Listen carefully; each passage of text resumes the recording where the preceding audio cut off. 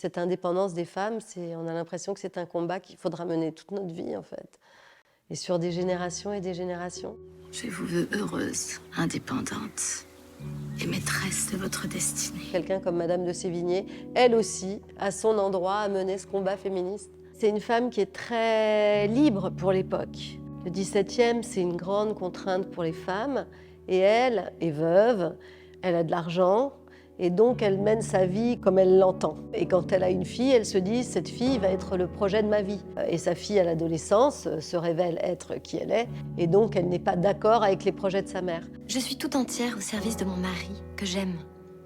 Mais c'est quelque chose que vous ne semblez pas comprendre. Sa mère est une figure qui brille en société, et en ça, elle est impressionnante pour sa fille, qui cherche aussi à trouver sa propre personnalité. Je fais préparer les affaires de mon mari pour l'Assemblée des communes. Vous ne rentrez plus avec moi à Paris.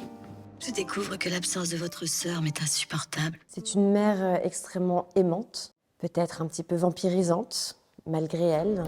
Maintenant qu'il a un héritier, votre papa n'aura plus besoin de coucher avec ma fille. Aimez-moi toujours. C'est la seule chose qui me peut donner de la consolation. Au cinéma, on a beaucoup les relations hommes-femmes qui sont exprimées.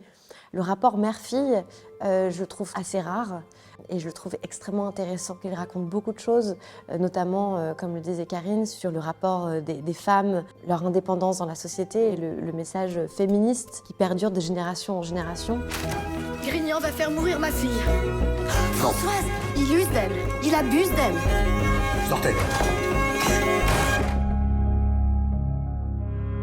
Vous ne savez plus l'aimer.